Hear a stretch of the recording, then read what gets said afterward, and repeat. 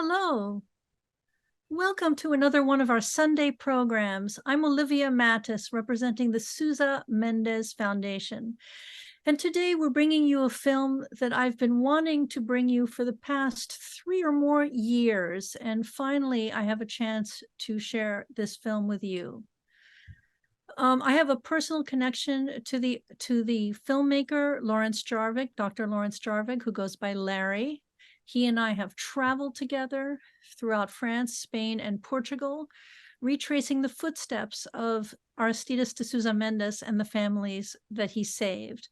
And we did this because his family, like my own, was rescued from Nazi-occupied Europe by our hero, Aristides de Sousa Mendes, and his mother, his late mother, Dr. Lissy Jarvik, who was an extraordinary person, just like her son, was the first president of the foundation. So I worked very closely with her. I had seen Larry's film several years before, and it had totally marked me. I could even say it changed my life. It angered me. And seeing it again now, it angers me again. And I remember seeing the film on DVD, calling my mother immediately after. And we lost so many family members in the Holocaust. And I called her and I said, Mom, they didn't have to die. They could have lived. And I made her see this film, and it really affected me greatly. So when Lissy Jarvik said that her son had made a film, I said, that's your son? I had no idea. So now it's very moving for me to be able to have the film and Larry Jarvik on our program. Before you meet him, though, we will be hearing from today's other speaker, and that's, of course, Dr. RAFAEL Medoff, who is really the world's leading authority on the U.S. response, non-response during World War II and the Holocaust. I mean, the U.S. had a big response to World War II, but the Holocaust itself is a different matter. And Dr. Medoff is the person to speak to us on that topic. So he's going to lay the groundwork, and then we'll hear from the filmmaker. Then we'll have some announcements. Of course, while they're speaking, please feel free to type your questions into the chat box. I will be serving as your moderator today. I'll be collecting your questions, and then at the appropriate moment, we'll be asking them of our guests. So without further ado, Dr. RAFAEL Medoff, please take the floor. Thank you, Olivia, and good afternoon, everyone. You know, today there is a widespread consensus in the American Jewish community and beyond that President Franklin Roosevelt had opportunities to rescue Jews from the Nazis and from the Holocaust, and yet chose to ignore those opportunities. That is what most people understand and accept today, but it wasn't always that way. In fact, there were many years after World War II that the role of the Roosevelt administration in responding to the Holocaust was not at all well known. There were numerous biographies of FDR written in the years after the war, in the late 1940s, 1950s, and 1960s. And the common thread of all those books when it came to the Holocaust was that FDR did the best he could, that there wasn't really much of an opportunity to rescue Jews, and he did what he could, but after all, there was a war on, and so he shouldn't be criticized. Now, it's not so hard to understand why this view of Roosevelt prevailed in those early years. First of all, he was the revered president who had led America out of the Great Depression to the brink of victory in World War II, only to die tragically in office. So nobody was criticizing Roosevelt in those days, and certainly not any of his biographers. In addition, many of the archives that contain the relevant documents from the 1930s and 1940s were not yet accessible.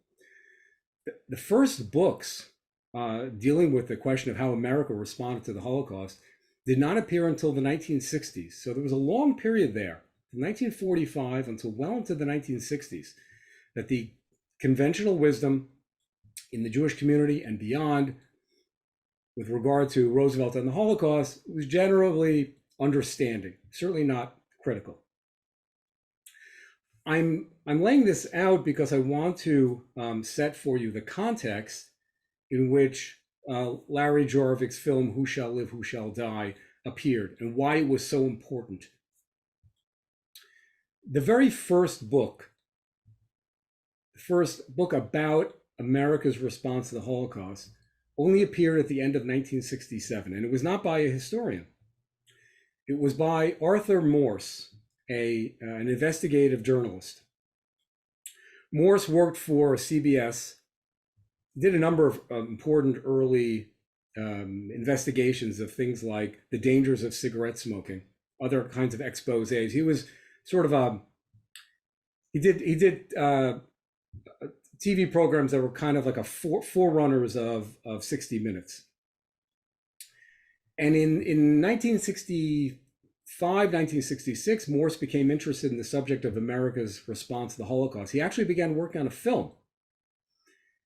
He did interviews with a number of the participants in those events in the 1940s. We don't know exactly what happened to that film. To this day, nobody has been able to trace the interviews that Morse did. At some point, though, it seems that CBS objected. And so Morse dropped the idea of making a film, and instead he wrote a book called While 6 Million Died.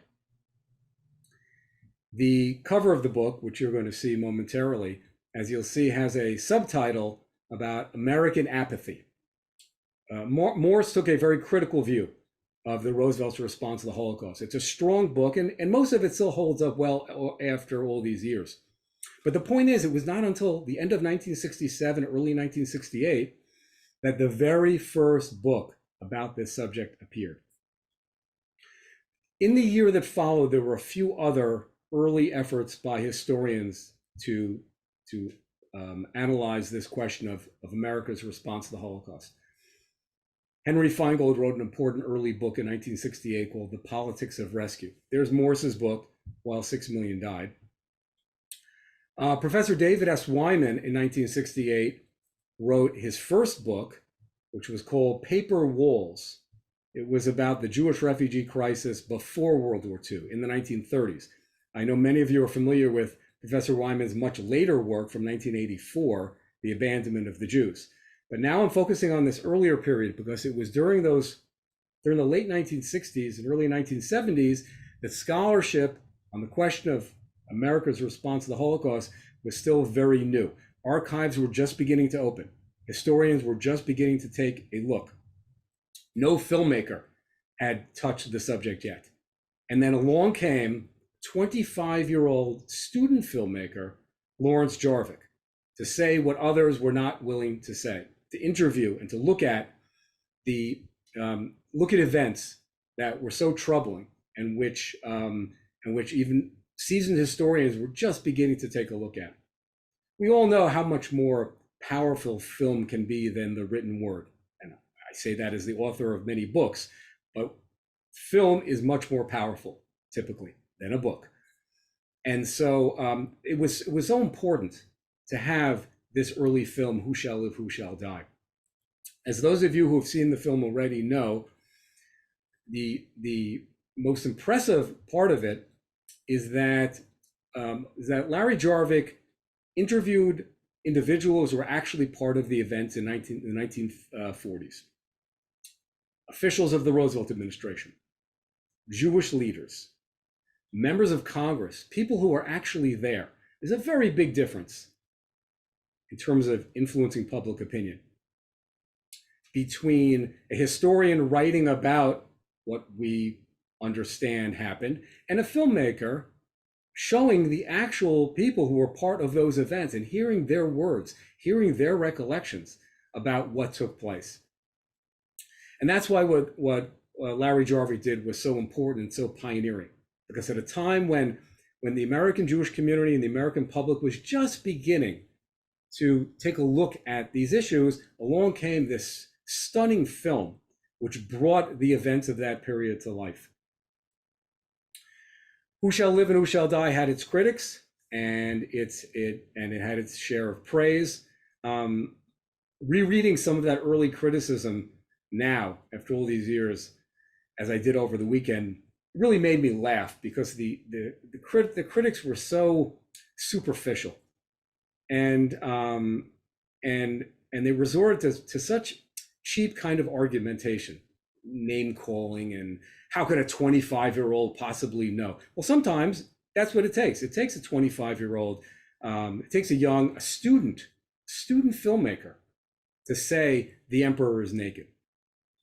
So we historians who came along later, I only began writing about these subjects in the 1980s, and my colleagues as well.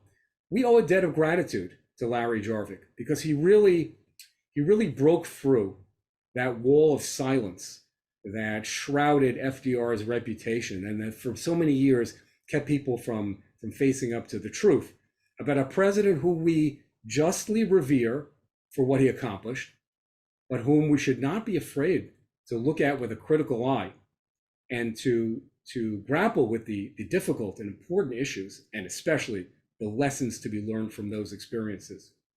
Watching who shall live and who shall die is sometimes an uncomfortable experience. First, because it's always troubling to think that our country, with our noble ideals, failed so badly in the face of history's greatest humanitarian crisis.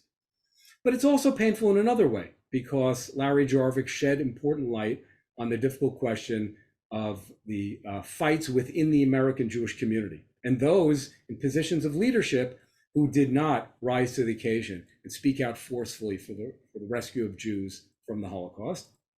But at the same time, Jarvik's film casts a very important spotlight on those who did speak out, especially the Bergson Group, the activists who use newspaper ads and other types of modern publicity techniques to draw attention to the crisis of Jews during the Holocaust. And with that, it is now my honor to present to you Lawrence Jarvik. Oh, thank you, Dr. Medoff, for those very kind words. I'm sorry that my mother wasn't here to listen to them, but I hope that up there she heard them because it would have made her very happy.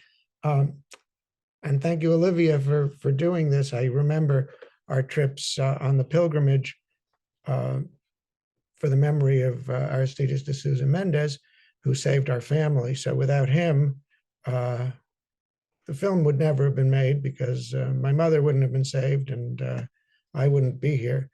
And so I wanted to start. This is a picture of my mother with me and two of de Souza Mendez's descendants, Sebastian Mendez, who's passed away recently, and Gerald Mendez, who's thankfully still alive, at the place in Bayonne in France, and that's a picture of de Souza Mendez, where he gave the visas to her father, my grandfather, that saved our family's lives. They were transit visas to Portugal.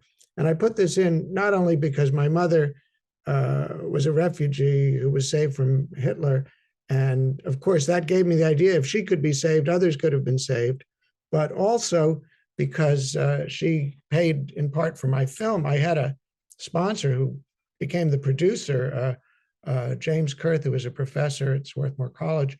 But essentially, he ran out of money. It was very expensive in those days. And in the end, my mother put up $25,000, which in the 1970s was a lot of money, to pay for all the completion costs of the picture, which were considerable. And so I wanted to thank her for that and hope she hears that as well. And as I said, my mother wanted to pay tribute to de Souza Mendez, and she also wanted to pay tribute to the Bergson Group. When the film came out, she actually, I was a little embarrassed by it, so I didn't go, but she went in Los Angeles outside the theater, the Laemmle Theater, and sort of watched as everyone was lining up, and she was very proud, you know, that her investment had paid off and the film had gotten made because we didn't know we could really do it.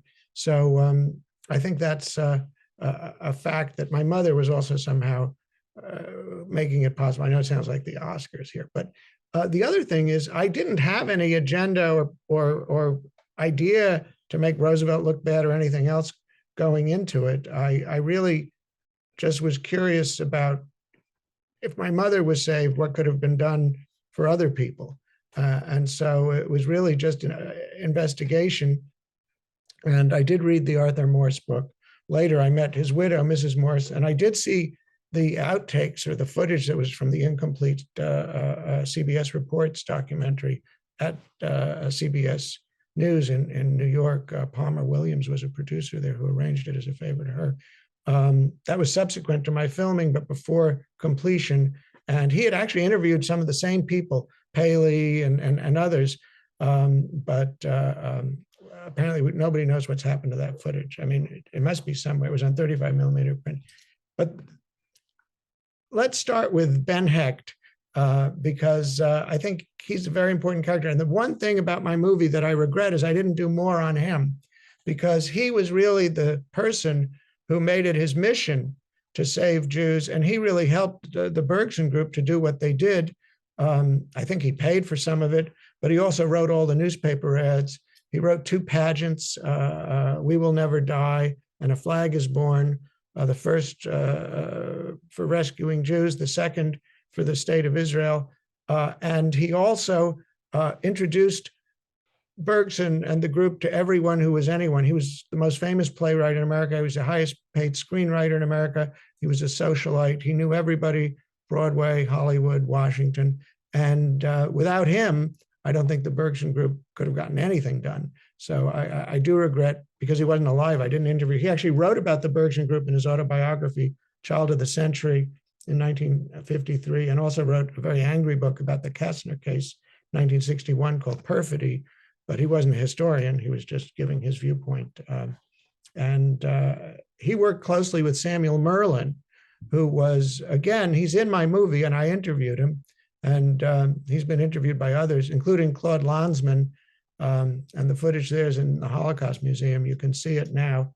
It was never shown during Lanzmann's lifetime. But Merlin was sort of the man behind the scenes for the Bergson group. If Peter Bergson was out front, in front of the cameras, Merlin was behind the scenes, and he was writing the ads with Ben Hecht. He was coordinating everything for the lobbying efforts. He was doing all sorts of back office activity, and he basically ran the organization. And then, of course, there was Peter Bergson, and this is a later picture. And I don't know if it's when he later came back and was a stockbroker or if it's contemporaneous, but as you can see, he was a very dapper dresser. He was quite charismatic. He had a following, and he would give speeches. He would go on the radio. He would lobby Congress, and he was very, very effective. He had come over with the Irgun from British Mandate Palestine. Originally, he set up a Jewish army. He established a committee for a Jewish army. And once the news came out of the mass murders in 1942, he switched gears and said, you can't have an army without people. We have to make rescue the #1 priority.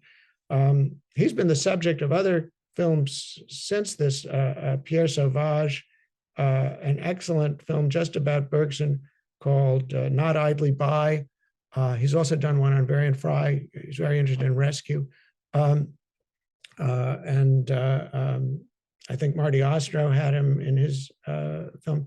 Bernie Weinraub wrote a play called The Accomplices, which was produced in New York several years ago.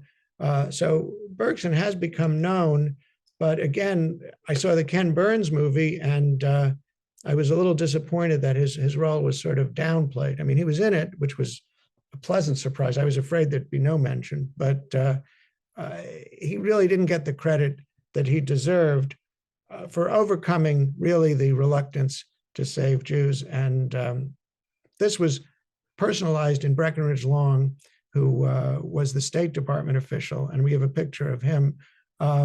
He was in charge of the visa division. He was Assistant Secretary of State from 1940. And his justification was refugees would be spies and fifth columnists, either for the Germans or communists. Now, to be fair, until 1941 and the attack on Russia, Germany and Russia were in a pact. So it may have been a legitimate security concern. But after the attack on Russia, things changed, but the policies didn't change.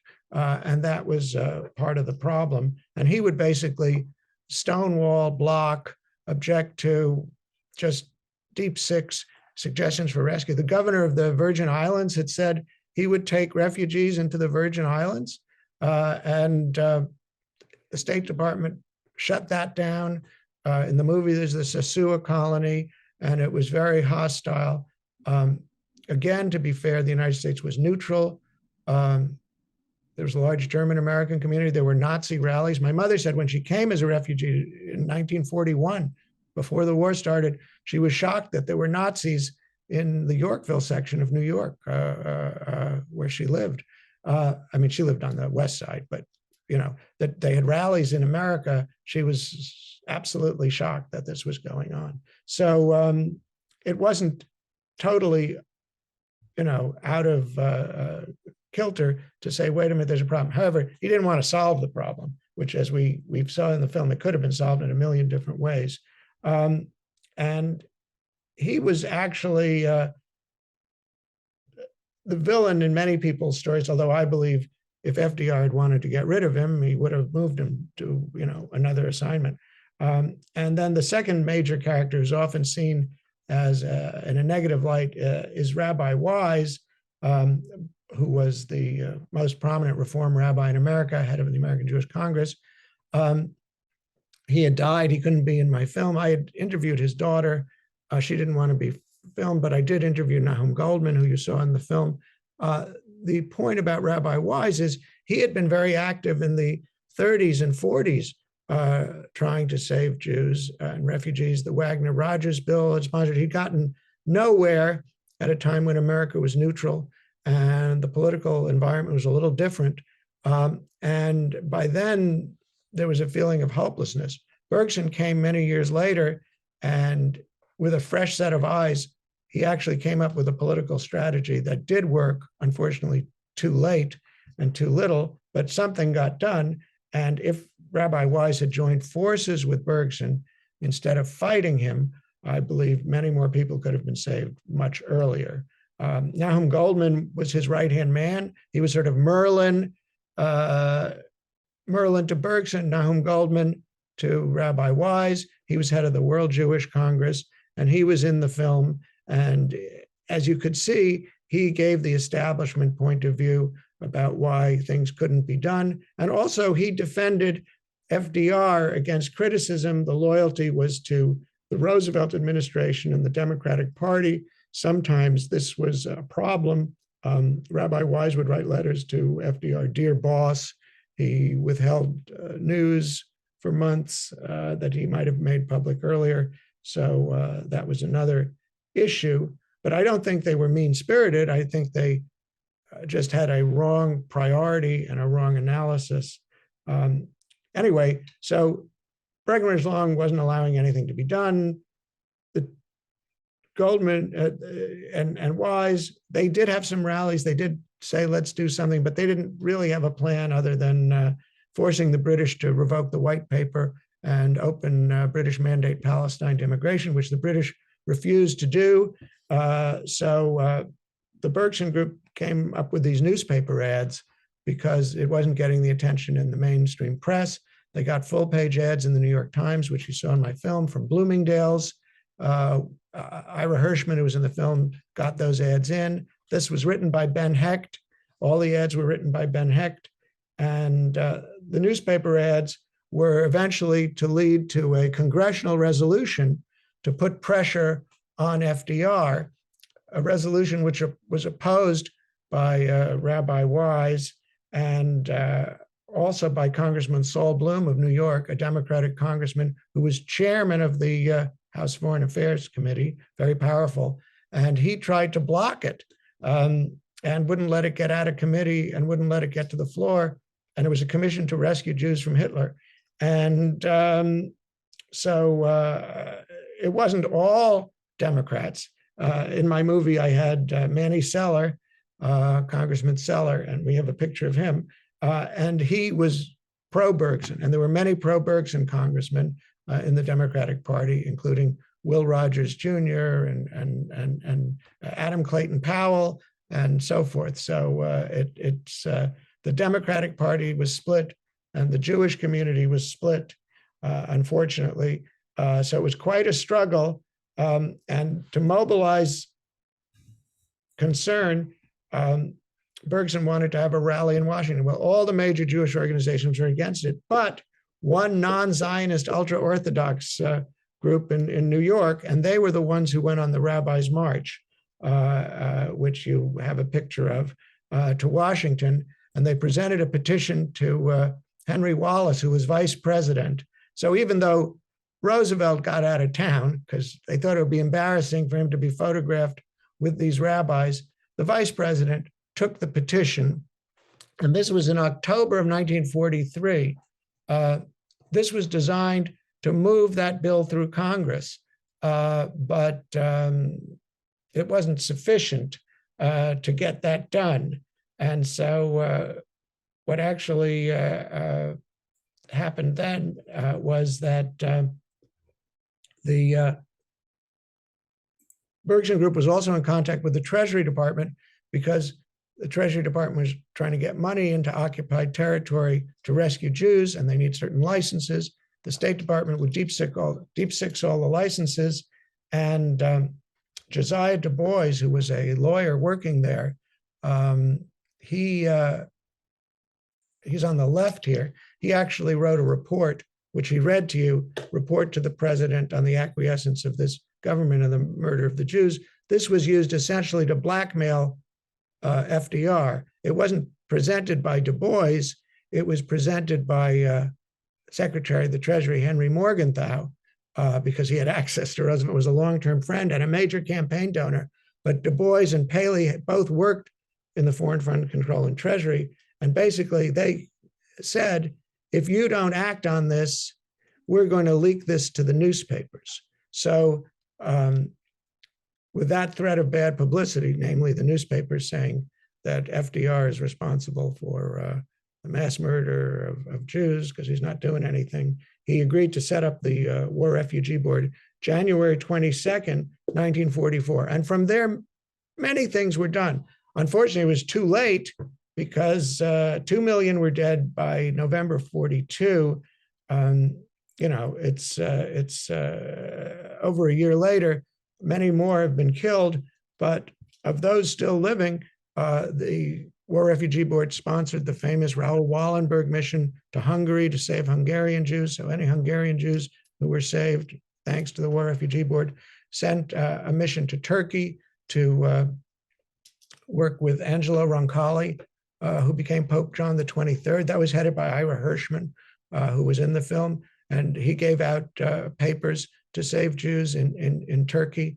And also, as in the film, in Switzerland, there were negotiations on the Blood for Trucks deal, which became the Kastner case. But some Jews were actually saved in that way. They sponsored the Oswego thing. So thousands and thousands and thousands of people were saved. Some people say up to 200,000. That's quite a lot of people at the end.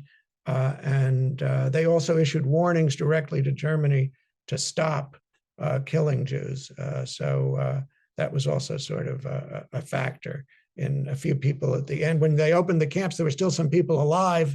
They weren't all shot at the end. So that all was part of the War Refugee Board. And I think that even though it was late, had everybody worked together with the War Refugee Board, and in fact, with the Bergson Group, many, many more could have been saved. And hopefully, I have a friend in my minion who said, well, the thing is, now we have another chance to do it right. So I hope that lesson has been learned. And thank you. And now back to Olivia. So thank you, Larry. Thank you, Raphael. Audience, this is the time to continue putting your questions into that chat box, please. You've already asked some very good questions, which I will ask of our speakers in a minute. So while you're formulating your questions, I'm going to be making announcements about what we have upcoming at the Sousa Mendes Foundation. So of course, this week is Thanksgiving. So happy Thanksgiving to all. Next Sunday, we will not have a program. So we will reconvene in 2 weeks' time for a final program of 2023, where we are honoring an extraordinary couple, Serge and Beate Klarsfeld. They are well known as Nazi hunters. They tracked Klaus Barbie all the way to Paraguay, and they, alerted the authorities to bring him to justice. They helped document the role of Vichy France in the Holocaust in France. They were behind the Holocaust Museum, the Musée de la Shoah in Paris. They continue today in their 80s to speak out against, the rise of authoritarian regimes across Europe. And Beate Klarsfeld, the wife of the couple, who is German by birth, not Jewish, is famous for a slap, the slap heard around the world in the 1960s in Germany. She attended a speech of the then president of Germany, whose name was Kiesinger, who was a former Nazi. And after his speech, she went up to him and she screamed, "Nazi," and she slapped him. And this was a very famous gesture of, one might say, political theater. But it helped to awaken the German youth in the late 1960s to the horrors that their parents and grandparents had, many of them, perpetrated. So she by then was French, married to this French Jew, Serge Klarsfeld, who is also an extraordinary man. So we will have them live on Zoom. We're showing a brand new film created about them called Klarsfeld, A Love Story. And also for this program, you will have a chance, if you wish, to purchase season tickets. If you like the programs that we present to you, you can buy a season ticket, and that allows you to have automatic entry to all of our programs in 2024. And then finally, if cost is a barrier for anyone in our audience, we have a very generous sponsor who is offering sponsored tickets. So all you have to do is send us an email saying "need a ticket," and that ticket, thanks to the sponsor, will be yours. So now we're going to see a little trailer to the film Klarsfeld, A Love Story.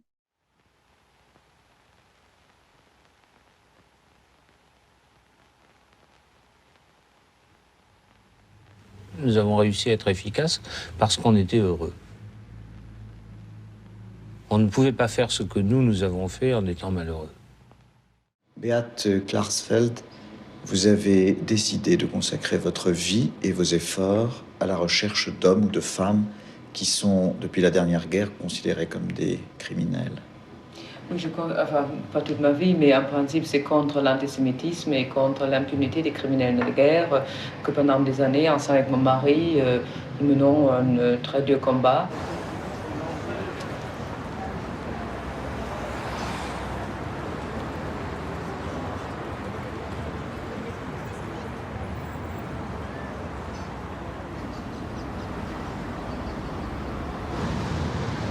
Le 27 janvier. Ben, je pars à Auschwitz. Le 27 janvier.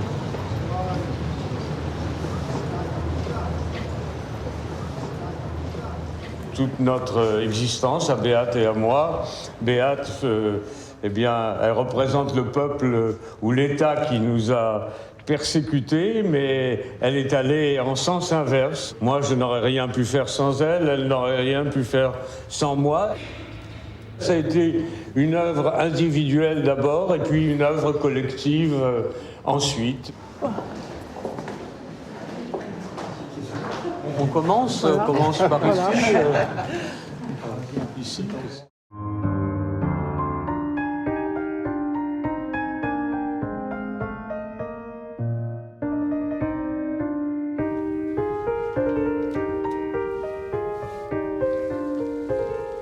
You've devoted your whole adult lives to this extraordinary work. But I want to take you back to romance.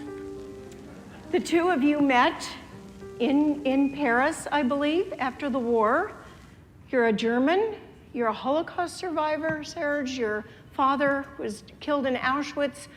How did you meet, and what attracted the two of you to each other?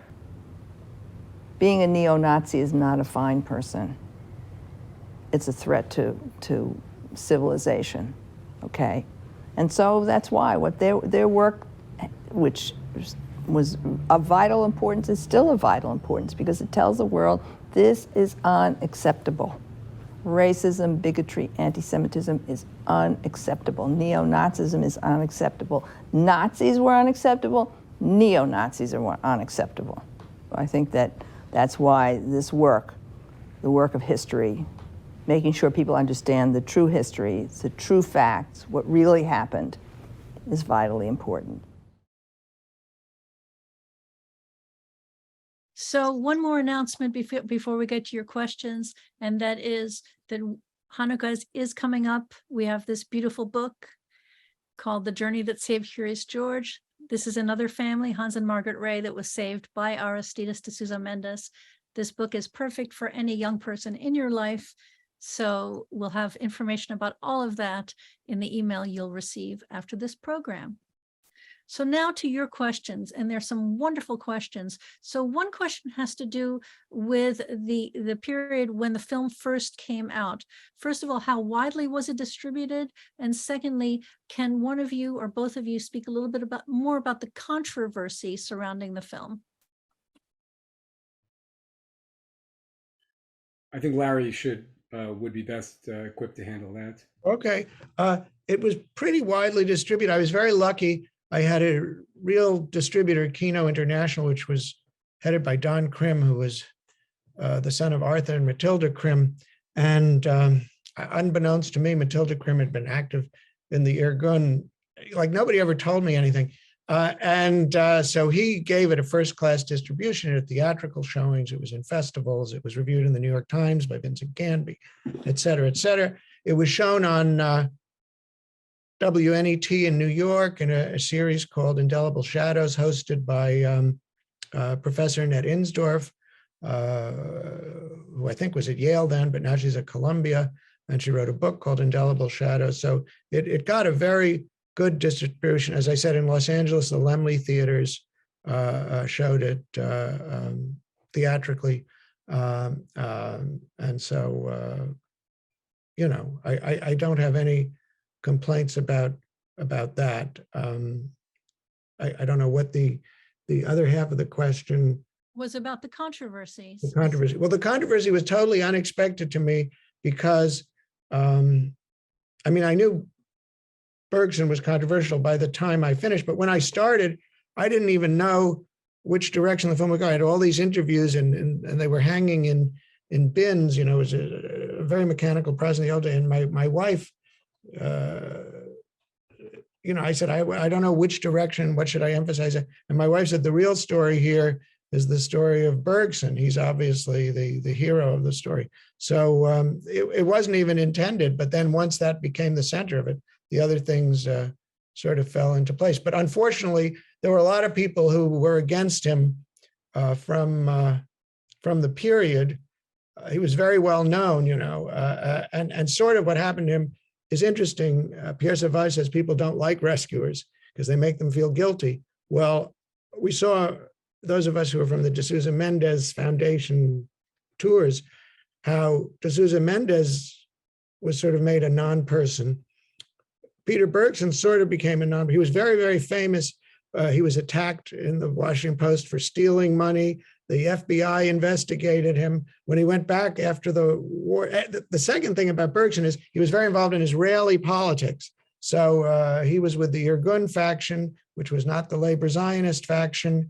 And so both in America and in Israel, he had enemies. In fact, another regret I had about the film is I didn't go into the Israeli side of it, his role in building up the state of Israel. Finally, after Ken Burns's movie, I went to Bergson's former secretary, who was also Wyman's former secretary, who had some interviews with Bergson on that period. He set up the first Hebrew embassy, first person to fly an Israeli flag in Washington, and so forth, and raised money for the Ben Heck to ship for refugees, and then the Altalena, which had weapons for Israel, when Israel could only get weapons from Czechoslovakia. The British were supporting the Arabs.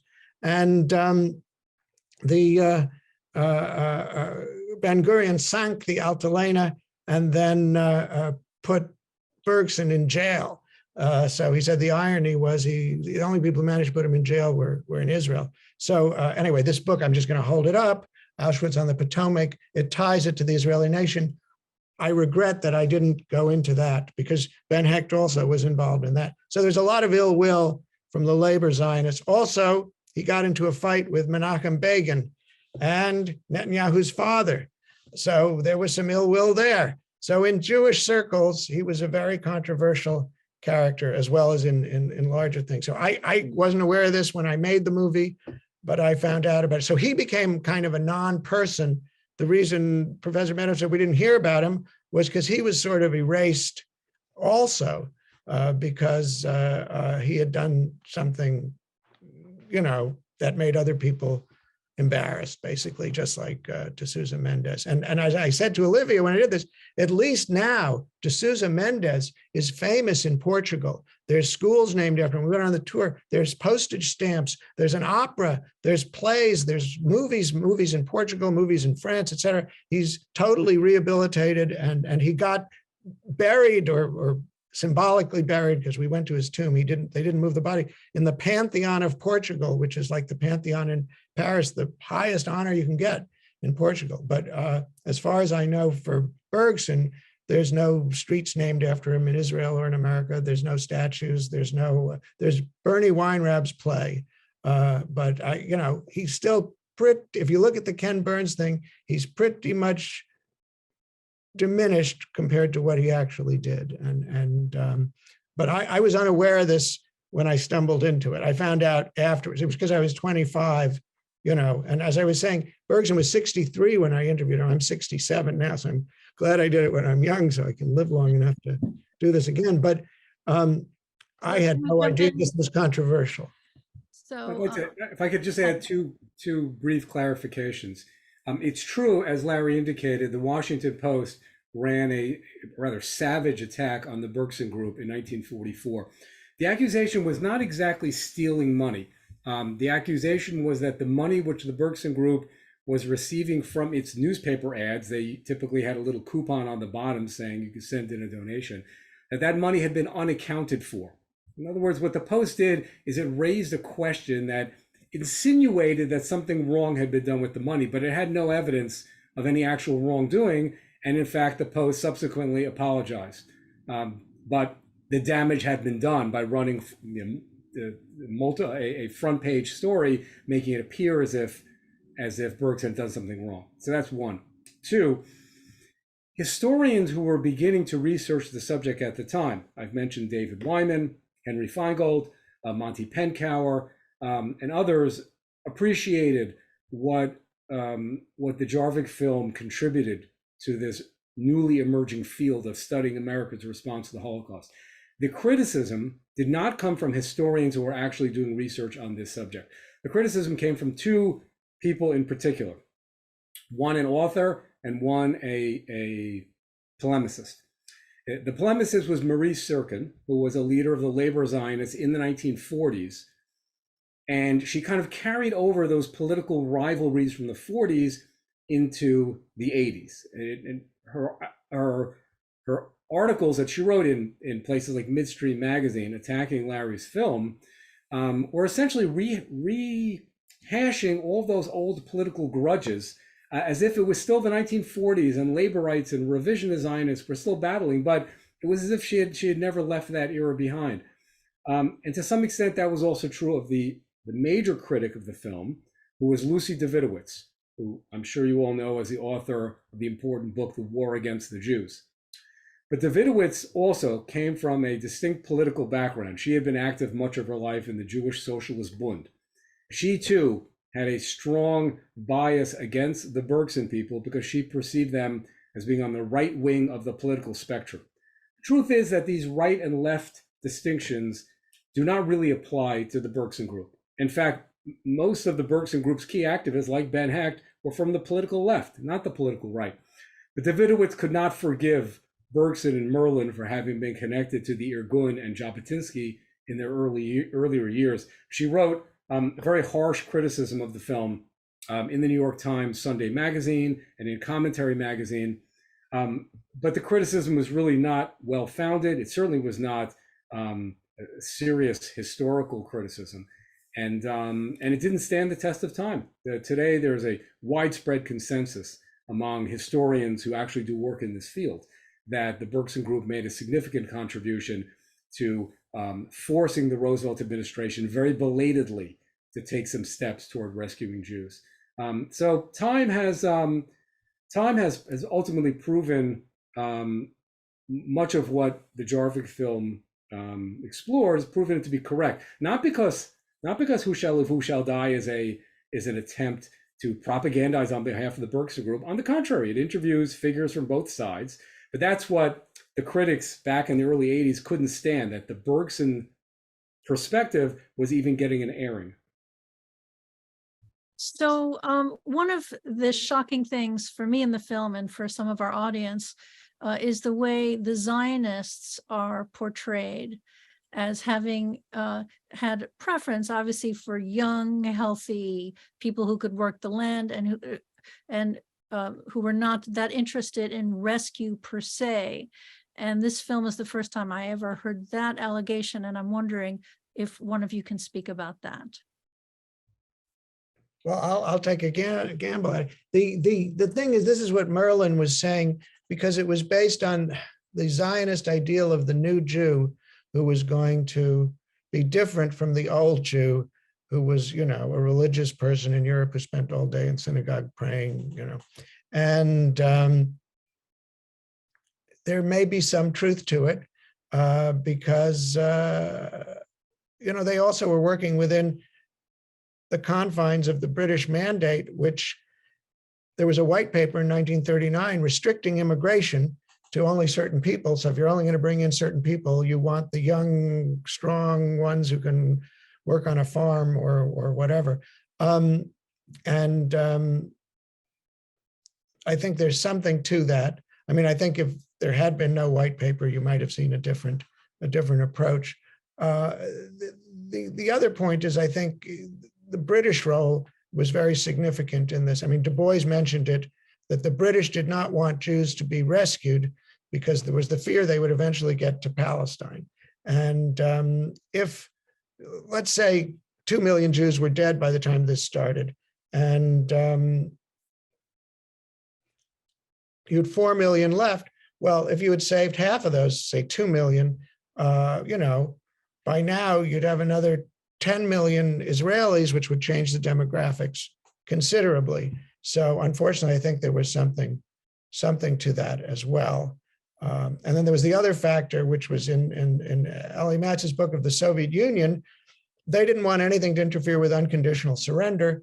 And so they were very suspicious of the negotiations in Switzerland, say, which were going on with the Nazis by the War Refugee Board, to get Jews out in exchange for money or for trucks or for this or for that. They were afraid the Germans would make a separate peace using the Jews that were still alive as hostages to trade.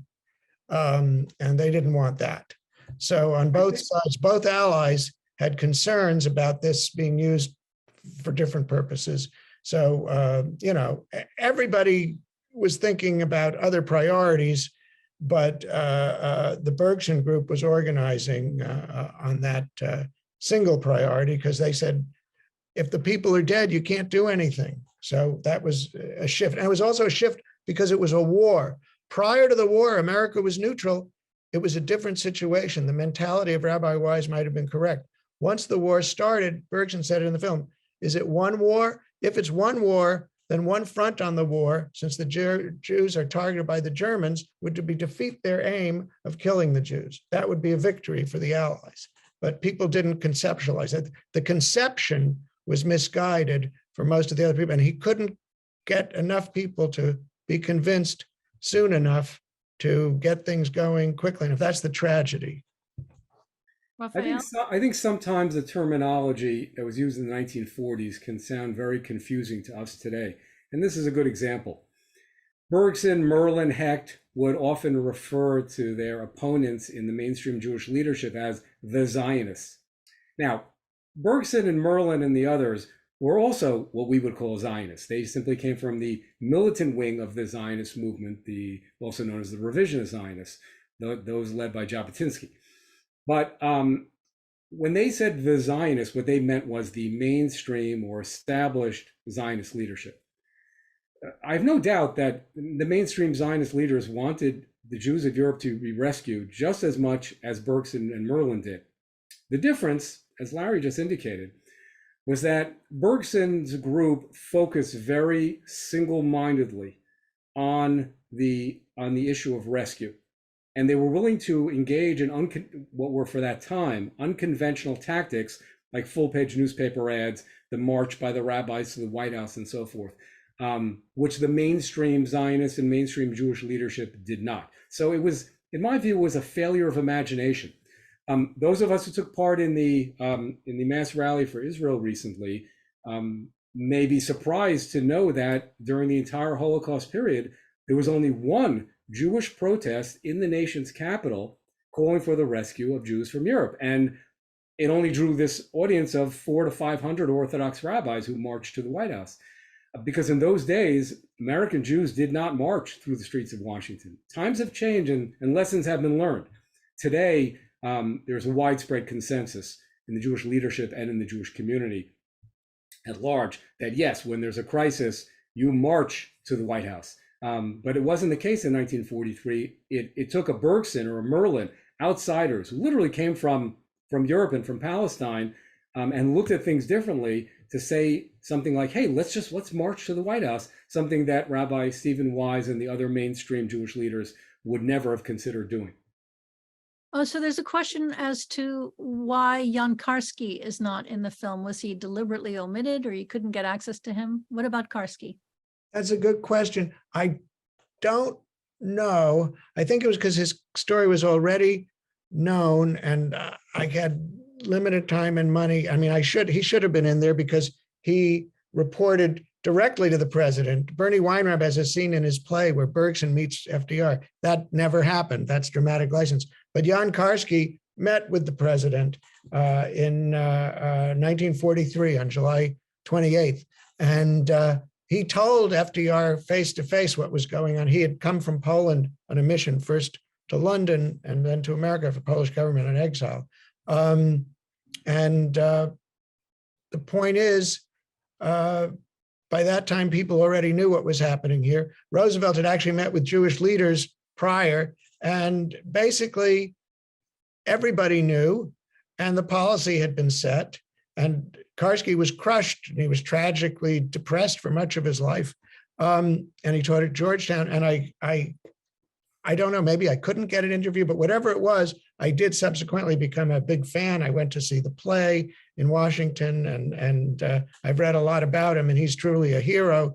And he's had some recognition, but he didn't then devote himself to agitation and rallies and plays and you know, making that his total life. He did tremendous things. He was tortured and everything, and he escaped and he brought the message, but then he just got depressed when nothing happened, and that was a tragedy as well. But yes, certainly Karski deserves recognition. I admire him. He's a rescuer, and you know, again, if FDR had said, "Great, we'll put you in charge of rescue missions," things would have been different. So one more question, and then we'll turn to our final thoughts. So let's see, where is the question I wanted to ask? Oh yeah, Raphael, can you talk about why Auschwitz was never bombed, or the rail lines? I mean, that's in the film, and the question is coming up. Can you talk about that, please?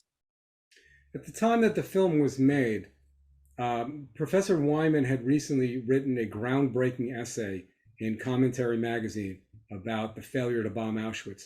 And what he showed in that essay and commentary, 1978, was something that was not widely known until that point. And that was that American bombers flew over Auschwitz and the area around Auschwitz, and therefore were in a position to bomb either the railway lines leading to the camp or to bomb the gas chambers. And in fact, American planes had bombed the industrial zone of Auschwitz, where, among others, a 16-year-old Elie Wiesel was held as a slave laborer. Wiesel writes in his book Night about the American planes dropping bombs on the industrial zone because there were oil factories that were situated there. And the Roosevelt administration considered those oil factories to be a worthwhile military target, but they never gave the order to drop a few bombs on the nearby railway lines leading into the camp, over which hundreds of thousands of Jews were deported to their deaths.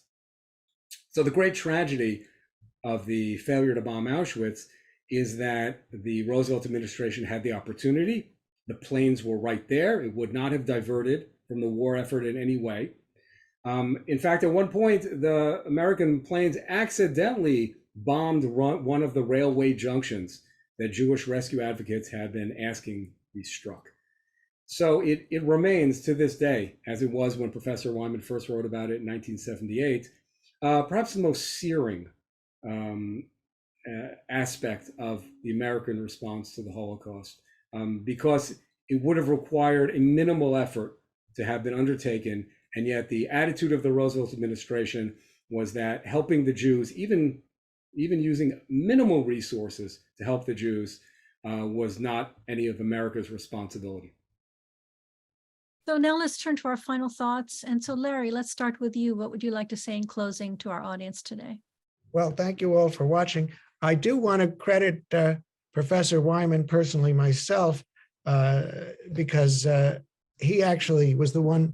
My wife told me to make Bergson the center of the movie, but Professor Wyman told me to interview. He was my consultant on this because I had read his book, Paper Walls, and he told me to interview Bergson. He said, I think you should interview Peter Bergson. I'd interviewed Paley and Du Bois and other people before Bergson, and I didn't even know they knew him, and I didn't really know much about him. And so if it hadn't been for Wyman saying to interview Bergson, he wouldn't have been in the movie either. And maybe he didn't say to interview Karski, so I didn't, but I didn't know that much about it until afterwards. Everything was done in reverse.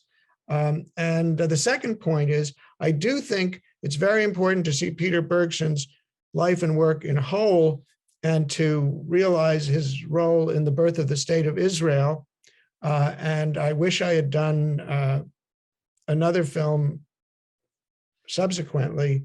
I was actually asked to do it by a guy named Maurice Rosenblatt, who was a lobbyist in Washington, who had worked with Bergson about Israel. But in those days, I was kind of a liberal, and I was a little critical of Israel. I didn't want to get into the Israel side, but I think that's perhaps even more important, is his role of the Hebrew Committee of National Liberation, which was sponsoring the work to beat the British and establish independence of Israel. They set up the embassy in Washington, and Ben Hecht's plays, fundraising, et cetera. And I think his role in the birth of Israel is equally, if not more important, than what happened in the war. And I hope that would be recognized as well. So I hope that'll be your next film. RAFAEL, what would you like to say in closing to our audience? When the United States Holocaust Memorial Museum was established in Washington, D.C. in 1993, its exhibit did not have one word about the Bergson Group. This was a somewhat shocking omission, because by 1993, not only had the Jarvik film been circulating for many years, but all the major historians of America's response to the Holocaust had by then written about the Bergson Group's achievements. Yet they had been omitted from the most important Holocaust museum in the United States. When my institute was created in 2003, the David S. Wyman Institute for Holocaust Studies, we contacted the Holocaust Museum in Washington privately to urge them to add something about the Bergson Group. And they resisted, and we spent years trying behind the scenes to persuade them through meetings and petitions and lobbying to just add something acknowledging the Bergson Group's achievements. We eventually succeeded, although we had to bring in, among others, Elie Wiesel, and interestingly enough, Nancy Pelosi, who became interested in the subject after our researchers discovered that her father, a congressman in the 1940s, had been a supporter of the Bergson Group. So today, if you go to the U.S. Holocaust Museum, you will see in the section about the American response to the Holocaust some brief acknowledgement of the Bergson Group's role, an example of one of the the newspaper advertisements, and which is a significant advancement. Not all Holocaust museums have reached this stage. Yad Vashem to this day refuses to acknowledge the Berkson Group, but many of the other Holocaust museums around the United States have now followed in the footsteps of the Holocaust Museum, and at our urging have likewise added material to their exhibits. So Larry is right that the Berkson Group's role in the American response to the Holocaust was for many years neglected and still today is not fully recognized, but I'm glad to say that there has been progress. And so in most established centers of Holocaust memorialization, there is today a recognition, if not a full understanding, of the important role that the Berkson Group played in bringing about the creation of the War Refugee Board and compelling the Roosevelt administration to very belatedly take some minimal steps in support of rescue. Good. Well, thank you for a very stimulating hour. The film remains available if you haven't seen it, so please send the link to all your friends. We want it to be widely seen. And the program has been recorded, so the recording will be put on our YouTube channel for anyone who would like to see it again or see it for the first time who missed it. Again, thank you to our wonderful panelists. Thank you to our nice big audience that came today and comes week after week. So happy Thanksgiving. See you in 2 weeks at the Klarsfeld program. Have a wonderful rest of your day, everybody. Be well. Thank you. Bye-bye, everybody. Thank you. Bye-bye. Thank you.